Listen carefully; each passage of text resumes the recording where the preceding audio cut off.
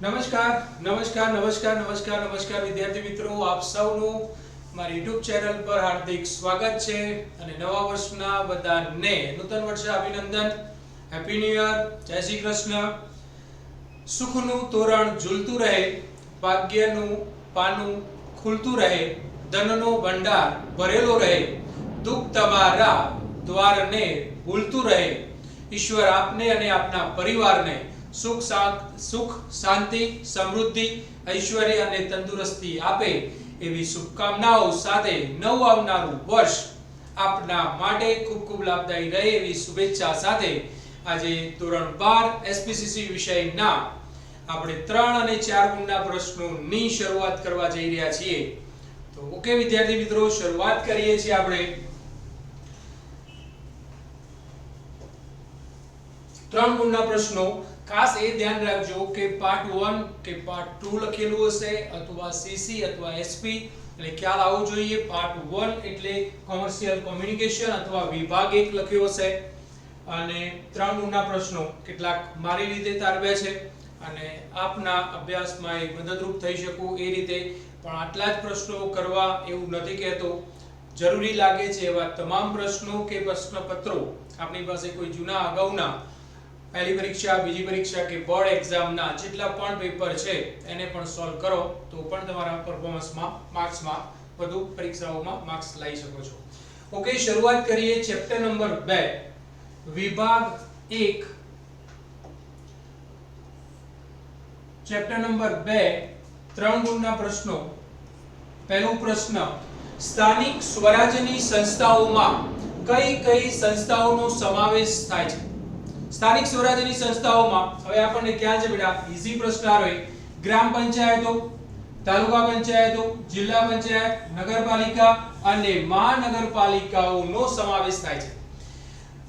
3 ગુણના પ્રશ્ન તરીકે પૂછાયેલો પ્રશ્ન આપણને એમ લાગે કે સાહેબ આ તો 2 ગુણનો પ્રશ્ન, પણ મે બી કદાચ 3 ગુણમાં ક્રોસ થઈ શકે છે એટલા માટે હું એ મૂક્યો છે. આગળ વધીએ છીએ પણ રિપીટ કરી લઉં. સ્થાનિક સ્વરાજ્યની સંસ્થાઓમાં કઈ કઈ સંસ્થાઓનો સમાવેશ થાય છે? તો સ્થાનિક સ્વરાજ્યની સંસ્થાઓમાં ગ્રામ પંચાયત, તાલુકા પંચાયતો, જિલ્લા પંચાયતો, નગરપાલિકાઓ અને મહાનગરપાલિકાઓનો સમાવેશ થાય છે. નંબર 2, સ્થાનિક સ્વરાજ્યની સંસ્થાઓ સાથેના પત્ર વ્યવહારમાં રજૂઆત કેવી હોવી જોઈએ? સ્થાનિક સ્વરાજ્યની સંસ્થાઓ સાથેના પત્ર વ્યવહારમાં રજૂઆત ખૂબ જ સ્પષ્ટ અને મુદ્દાસર હોવી જોઈએ. જવાબ આટલો જ છે દીકરાઓ. નંબર 3, જાહેર ઉપયોગી સેવાઓમાં કઈ કઈ સેવાઓનો સમાવેશ થાય છે? તો 10 છે, 10 એ 10 લખવી પડે. સીધા સિક્વન્સમાં આપ લખી શકો છો અને જરૂર લાગે છે ત્યાં આગળ તમે એકાદ ડેશ ઉમેરીને પણ જવાબને ગુણભાર પ્રમાણેનો આન્સર બનાવી શકો છો. જાહેર ઉપયોગી સેવાઓમાં પહેલું તાર ટપાલ ટેલિફોન કોમ્યુનિકેશનના સંદર્ભમાં, ડ્રેનેજ સુવિધા એટલે ગટરની સુવિધા અને સ્વચ્છતા તો એ સેવા, રસ્તા અને મકાનના સંદર્ભમાં, 5 અગ્નિશામક દળ ફાયર બ્રિગેડના સંદર્ભમાં, વીજળી ઇલેક્ટ્રિસિટી, જાહેર આરોગ્યના સંદર્ભમાં હેલ્થ, પાણી પુરવઠાના સંદર્ભમાં, 8 રેલવે વ્યવહાર ટ્રાન્સપોર્ટેશન, પોલીસ અને હોમગાર્ડ અને 10 સ્થાનિક અને રાજ્ય પરિવહન. એટલે સમજવા માટે કહું તો મહેસાણા નગર બસ સેવા અને રાજ્યના સંદર્ભમાં કહીએ તો ગુજરાત આપણો એસટી બસ આપણે કહીએ તે સ્ટેટ ટ્રાન્સપોર્ટ આપણે કહી શકીએ. ઓકે, આ તમારા આ 3 પ્રશ્નો 3 ગુણની અંદર છે. જવાબ કદાચ તમને થોડા નાના બી લાગે, અલગ પ્રશ્ન તરીકે પણ પૂછાયેલા છે એવું મેં મારી રીતે સોર્ટિંગ કરેલું છે. આગળ વધીએ તો આગળના પ્રશ્નમાં પાર્ટ 1 છે, ચેપ્ટર નંબર 3. અગાઉના જે 3 પ્રશ્નો હતા એ ચેપ્ટર નંબર 2 ના છે. આ ચેપ્ટર નંબર 3, ભરતીનો અર્થ આપી તેની પદ્ધતિઓ જણાવો. ભરતી સામાન્ય અર્થમાં ભરતી એટલે વેપારી પેઢી, એકમ, ધંધાકીય એકમ કે સંસ્થામાં કર્મચારીઓની નિમણૂક કરવી. પરંતુ ભરતીનો અર્થ માત્ર કર્મચારીઓને નિમણૂક રિક્રુટમેન્ટ કરવા જેટલો જ મર્યાદિત લિમિટેડ નથી. પહેલા યાદ કરી લો, સામાન્ય અર્થમાં ભરતી એટલે શું? તો વેપારી પેઢી કે સંસ્થામાં જરૂરી કર્મચારીઓની નિમણૂક કરવી.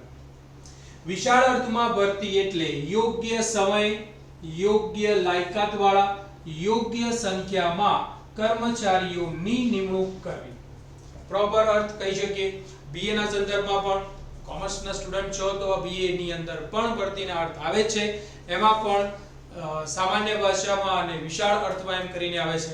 પણ ત્યાં ચાર શબ્દો છે, અહીંયા ત્રણ શબ્દો લીધા છે. યોગ્ય સમય, યોગ્ય લાયકાત વાળા અને યોગ્ય સંખ્યામાં કર્મચારીઓની નિમણૂક કરવી એટલે ભરતી. ભરતીના જે પદ્ધતિઓ છે એ મુખ્ય બે પ્રકારની પદ્ધતિઓ છે. એક પ્રત્યક્ષ ભરતી અને પરોક્ષ ભરતી. બીએ માં પણ આપણને ખ્યાલ છે આંતરિક ભરતીના પ્રાપ્તિ સ્થાનો હોય, બાહ્ય પ્રાપ્તિ સ્થાનો. તો અહીંયા પ્રત્યક્ષ અને પરોક્ષ એવા શબ્દો વાપર્યા છે. તો પ્રત્યક્ષ ભરતી સંસ્થાના વર્તમાન કે ભૂતકાળના કર્મચારીઓમાંથી થતી ભરતીને પ્રત્યક્ષ ભરતી તરીકે ઓળખવામાં આવે છે. આ પદ્ધતિ બિલકુલ ખર્ચાળ નથી. સંસ્થાના વર્તમાન કે ભૂતકાળના કર્મચારીઓમાંથી થતી ભરતીને પ્રત્યક્ષ ભરતી કહી શકાય. પ્રત્યક્ષ ભરતી ધંધાકીય એકમ માટે, સંસ્થા માટે કોઈ ખર્ચ નથી હોતો, કારણ કે એકમના અંદરથી જ કર્મચારીઓને જણાવીને એમના મિત્રો, સગા સંબંધીઓ અથવા એમને અગાઉ છૂટા કરેલા છે તો રિકોલ પરત બોલાવીને આપણે ભરતી કરતા હોઈએ છીએ. તો એ પ્રત્યક્ષ ભરતી થશે. પરોક્ષ ભરતી.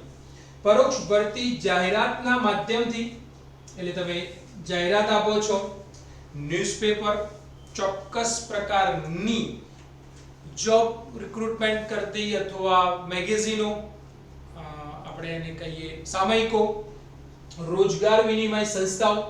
તો જાહેરાતમાં આપણે ખ્યાલ આવી શકે તમને ન્યૂઝપેપર, સામયિકો. એ સિવાય તમે તમારી કંપનીની તમારી વેબસાઈટ છે તો એમાં પણ મૂકી શકો છો. અને જે પણ તમારી રિક્વાયરમેન્ટ છે, જે પ્રકારના કર્મચારીઓની આવશ્યકતા છે અથવા અધિકારીઓની જરૂરિયાત છે, એની જરૂરી માહિતી સાથેની તમે પોતાની જાહેરાત તમારી વેબસાઈટ પર પણ મૂકીને જાહેરાત આપીને તમે ભરતી કરી શકો છો. પરંતુ તમારી નોલેજ માટે ખ્યાલ તો હશે જ, કોમર્સના સ્ટુડન્ટ છો એટલે જાહેરાત એ ભરતી માટેનું સૌથી સફળ અને આકર્ષક, વધુ મહત્વનું, વધુ ધંધાકીય એકમો ઉપયોગ કરતું એક જાહેરાત એક માધ્યમ છે. જાહેરાત દ્વારા વધુ પ્રમાણમાં સારા ગુણવત્તાસભર કર્મચારીઓની ભરતી કરી શકાય છે. જાહેરાત બેસ્ટ માધ્યમ. ત્યાર પછી રોજગાર વિનિમય સંસ્થાઓ. અગાઉ ભૂલી ગયો છું, રોજગાર વિનિમય સંસ્થાઓ જાહેર એટલે કે સરકારી પણ હોઈ શકે અને ખાનગી એજન્સીઓ પણ કામ કરી રહી છે કે જેની મદદથી પરોક્ષ ભરતી છે. એટલે તમે બાહ્ય આઉટસોર્સ લો છો તમે ભરતી માટે, તો બાહ્ય પ્રાપ્તિ સ્થાનમાં રોજગાર વિનિમય સંસ્થાઓની પણ મુલાકાત લઈને આપણને કેવા પ્રકારના કર્મચારીઓની આવશ્યકતા છે તે વાત રજૂ કરી અને યોગ્ય લાયકાત ધરાવતા કર્મચારીઓને તમે નિમણૂક કરી શકો છો.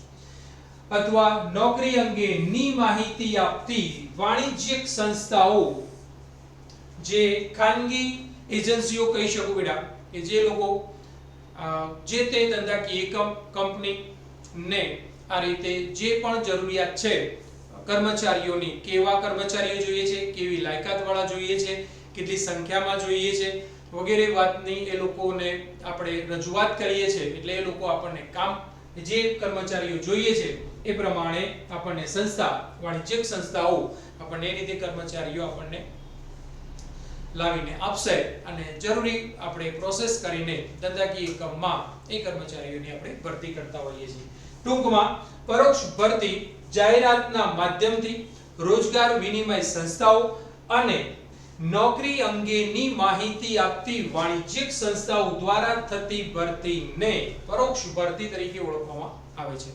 આ પદ્ધતિમાં હમણાં જ કહ્યું એ પ્રમાણે તમે ન્યૂઝપેપરમાં આપો છો, રેડિયો પર જાહેર કરો છો, ટીવી પર આપો છો, નેટ ઉપર મૂકો છો, તો સ્વાભાવિક છે અલગ અલગ ખર્ચ થવાના. એ જ પ્રમાણે રોજગાર વિનિમય સંસ્થાની તમે મદદ લો છો તો એમને પણ ચોક્કસ પ્રકારની ફી એમને ચૂકવવાની હોય છે. એ જ રીતે નોકરી અંગેની માહિતી આપતી વાણિજ્યિક સંસ્થાઓની તમે મદદ લો છો તો એમને પણ ચોક્કસ કોઈ પ્રકારની ફી આપવાની હોય છે. ટૂંકમાં પરોક્ષ ભરતી ખર્ચાળ હોય છે, થોડીક નહીં, થોડી ખર્ચાળ હોય છે, ખર્ચાળ જ હોય છે. ઓકે, આટલા આ બંને એકાદ પ્રશ્નને ફરીથી રિપીટ કરી લઉં છું. ભરતી એટલે શું? ભરતીની પદ્ધતિઓ જણાવો. તો ભરતીનો સામાન્ય અર્થ વેપારી પેઢી ધંધાકીય એકમ કે સંસ્થામાં જરૂરી કર્મચારીઓની નિમણૂક કરવી. રિપીટ કરીએ છીએ. ભરતી એટલે વેપારી પેઢી ધંધાકીય એકમ કે સંસ્થામાં કર્મચારીઓની નિમણૂક કરવી. જો કે કર્મચારીઓની નિમણૂક એ ફક્ત નિમણૂક કરવા પૂરતું કામ ભરતીનું મર્યાદિત નથી. તો વિશાળ અર્થમાં ભરતી એટલે શું? તો યોગ્ય સમય, યોગ્ય લાયકાત ધરાવતા યોગ્ય સંખ્યામાં કર્મચારીઓની નિમણૂક કરવી એટલે ભરતી. ભરતીની મુખ્ય બે પદ્ધતિઓ છે, પ્રત્યક્ષ ભરતી અને પરોક્ષ ભરતી. પ્રત્યક્ષ ભરતીમાં સંસ્થાના વર્તમાન એટલે હયાત અત્યારે હાલ જે જોબ નોકરી કરી રહ્યા છે તે અને ભૂતકાળના અગાઉના કર્મચારીઓમાંથી જેમને આપણે કોઈ કારણસર આપણે છૂટા કર્યા હતા અથવા કામ ઓછું હતું એટલે આપણે એમને રહેવા દેવાનું કીધું હતું, પણ હવે કામ વધ્યું છે, હવે અગાઉ જે કામ કરતા હતા એમને છૂટા કરેલા એમને પરત બોલાવીએ છીએ, જેને આપણે રિકોલ કહીએ છીએ.